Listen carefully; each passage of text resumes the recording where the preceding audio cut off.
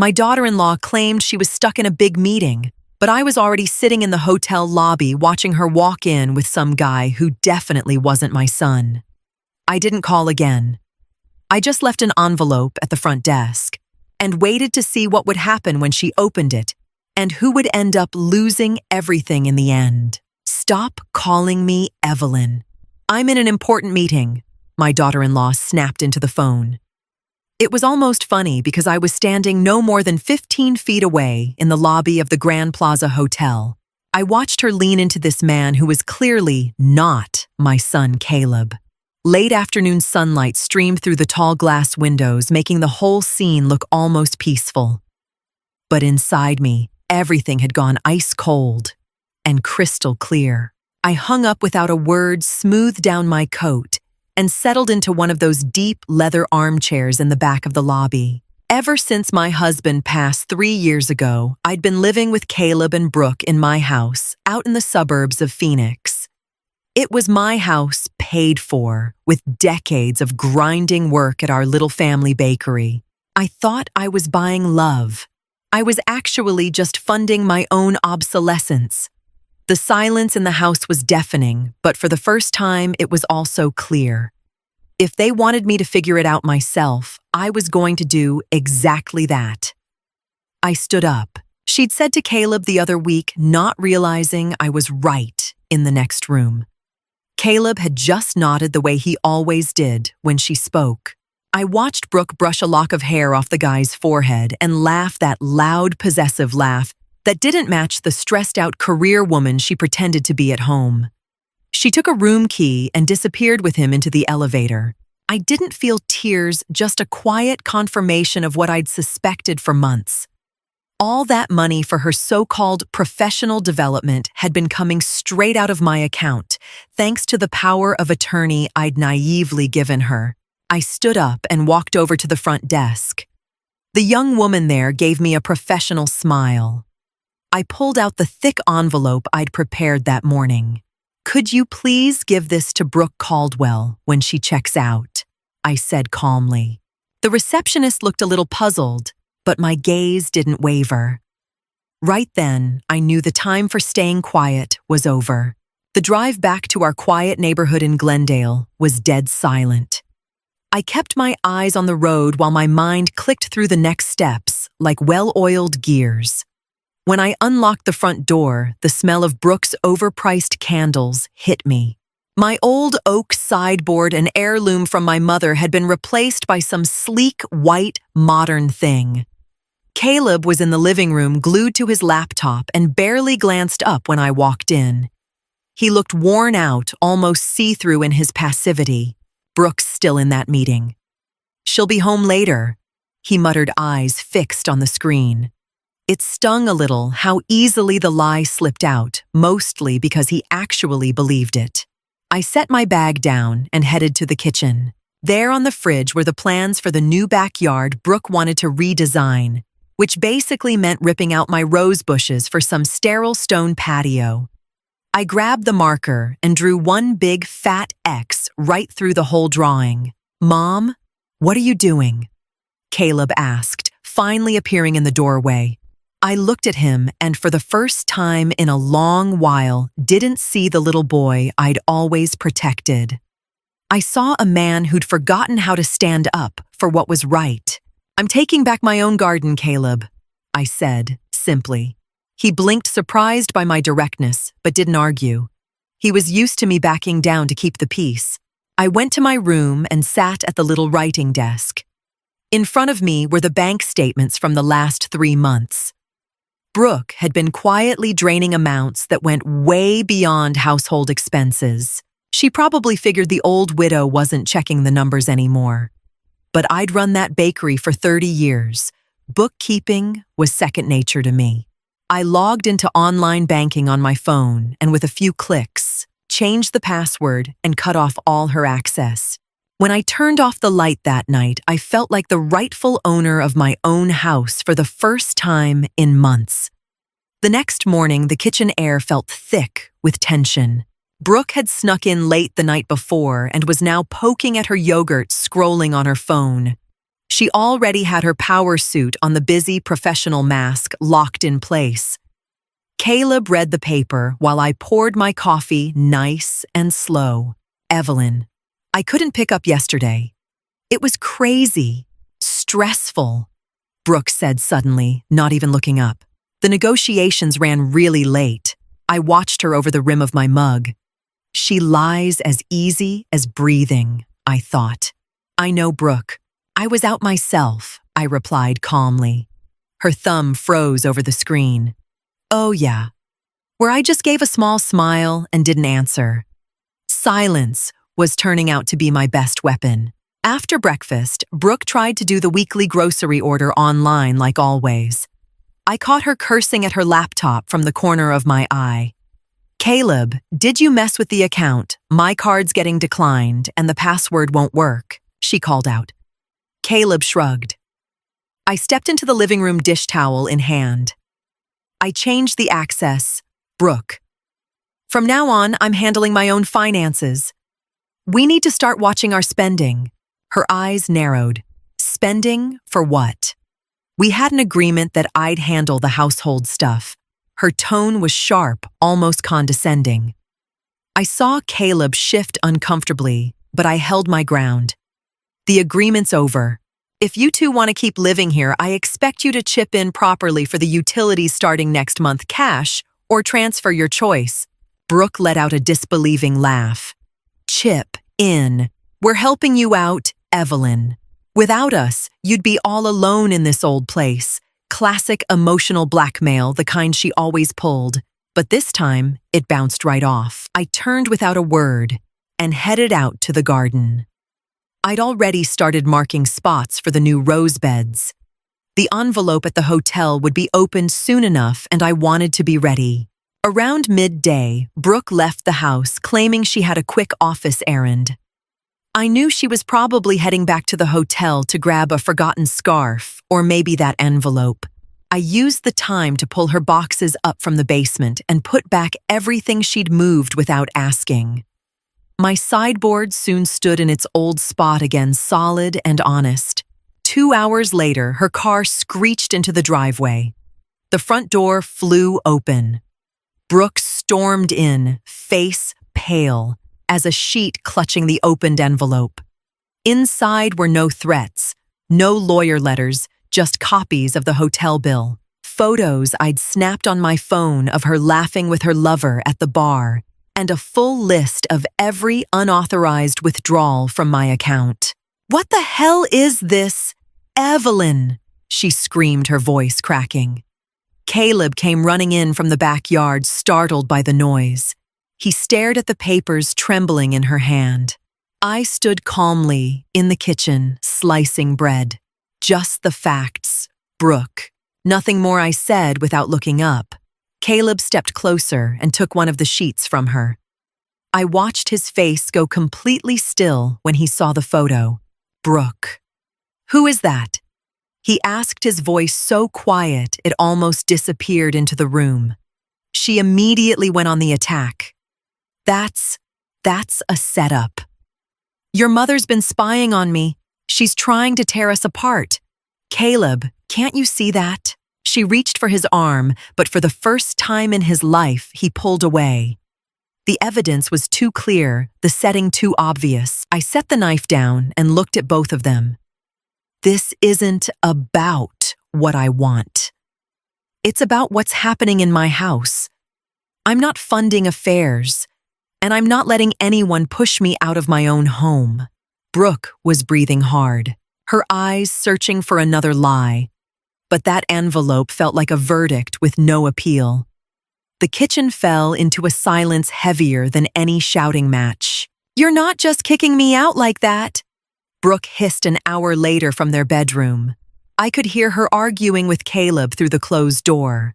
But Caleb sounded different this time, not angry, just worn down. I sat in the living room reading a book like nothing had happened. In a house that's truly yours, you don't have to raise your voice to be heard. Soon, Caleb came out alone and sat across from me, shoulders slumped.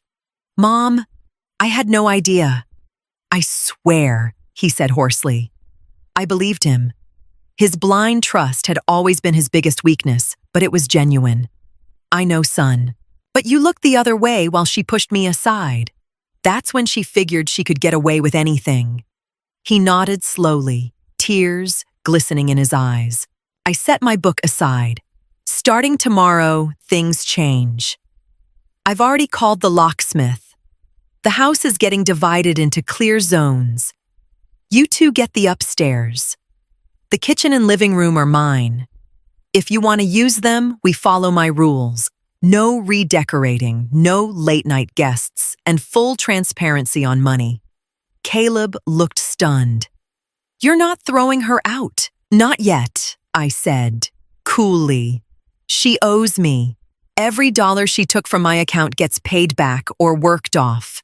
She'll handle the household chores my way.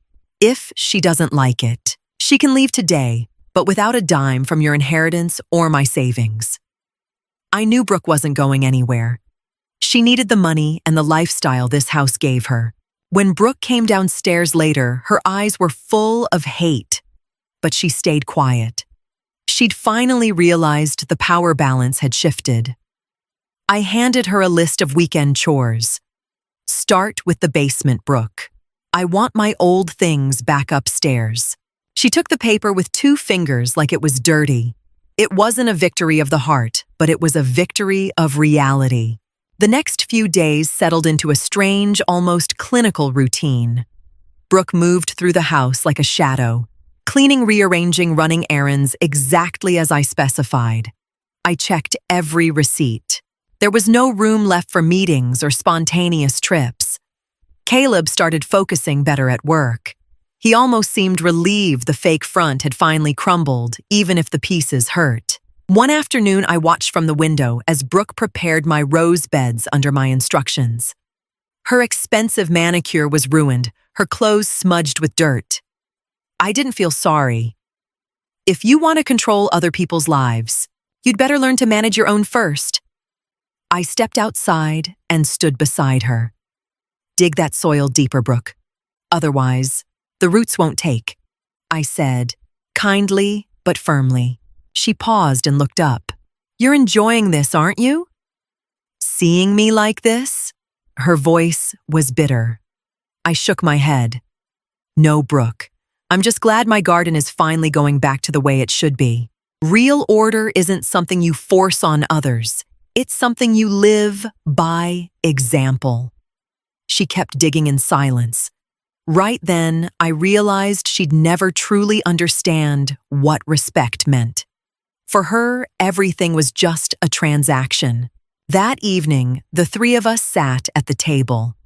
I'd cooked meatloaf with mashed potatoes, a dish Brooke hated, but Caleb loved. We talked about nothing important: the weather, the neighbors fixing the roof. It wasn't warm family harmony, but it was a functioning household. I had control of my property and my time again. Caleb started looking me in the eye once more. Still, I knew Brooke was quietly plotting in the background. People like her don't change just because they pull a few weeds. She was looking for a crack in the system, a way to pull Caleb back to her side. But I'd already lined up the next move. Nothing dramatic, just the straightforward kind of paperwork that settles things for good. I wasn't about to hand my house over to a con artist without a fight. "I need the car on Thursday for a meeting downtown," Brooke announced at dinner, using her old bossy tone.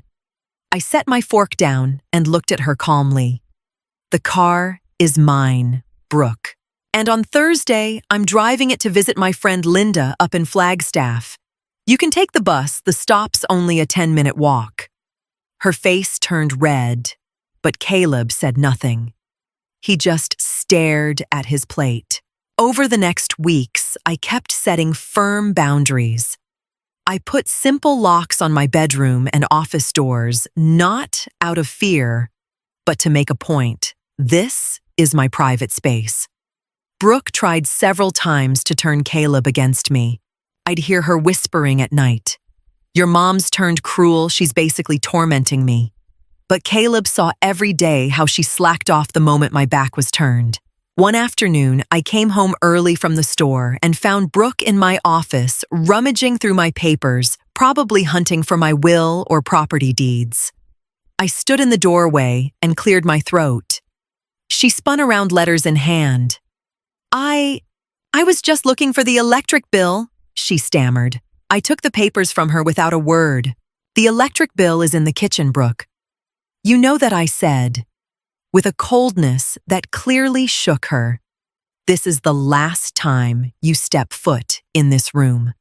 If it happens again, our arrangement ends immediately, and you two can find an apartment. The threat hung heavy in the air. Renting in the Phoenix area wasn't cheap, especially without my support. She left with her head down, but I caught the angry spark in her eyes. She felt cornered, and a cornered animal eventually bites. I knew she'd try to paint me as confused or mean, but I'd already been keeping a calm, factual journal of every interaction, and I'd placed a small, discreet camera on the shelf. That evening, I called Caleb in for a serious talk, just the two of us. Mom, I can't keep going like this, Caleb said when we were alone in the kitchen. He looked broken. Brooke's making my life hell. She says you physically attacked her in the office. I wasn't surprised. It was the clumsy smear I'd expected. I slid my journal across the table along with the small camera I'd hidden. Look for yourself, Caleb. The camera recorded everything. She was digging through my private papers and I never laid a hand on her, I explained quietly. Caleb watched the footage. His expression shifted from worry to pure disgust. He saw his wife greedily searching my drawers and heard my calm, matter-of-fact voice.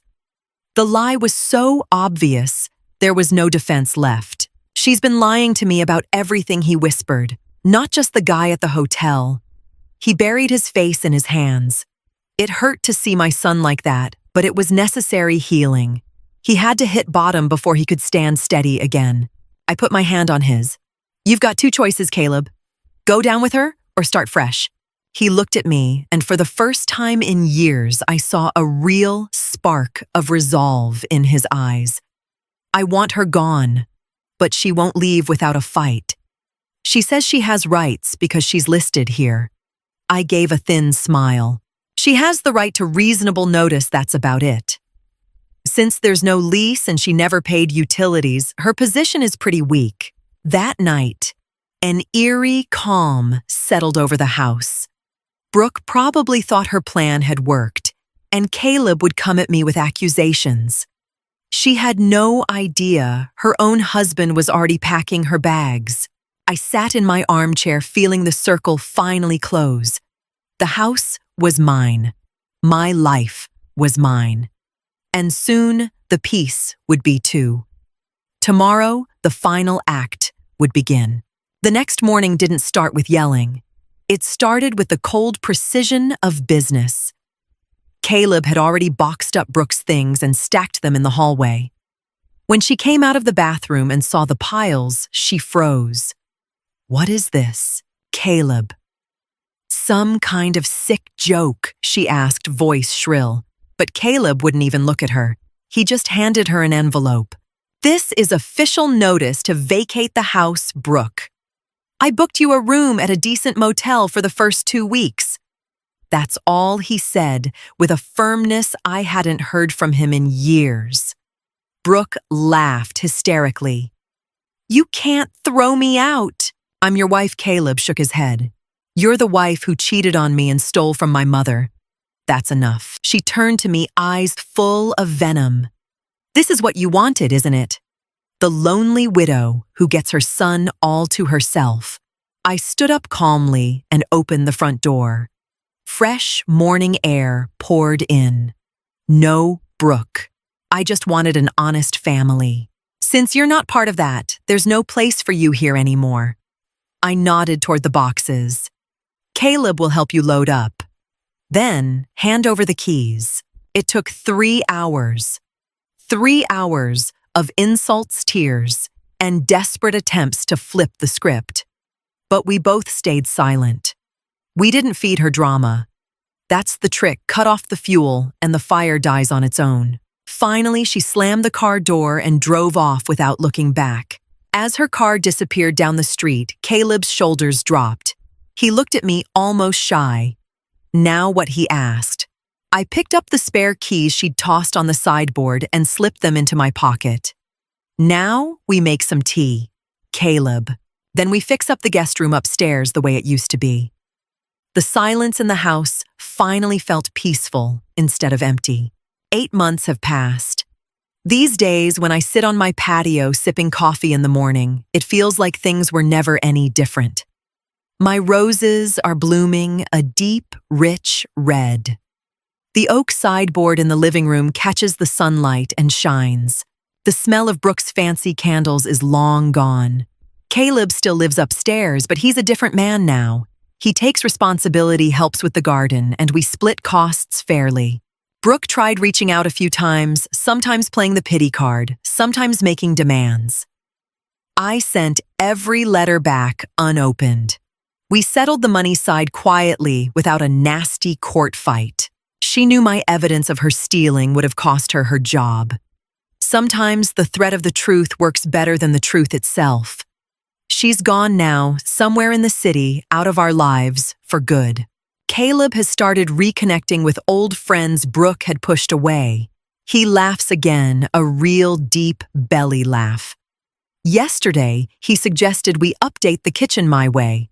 I nodded and smiled.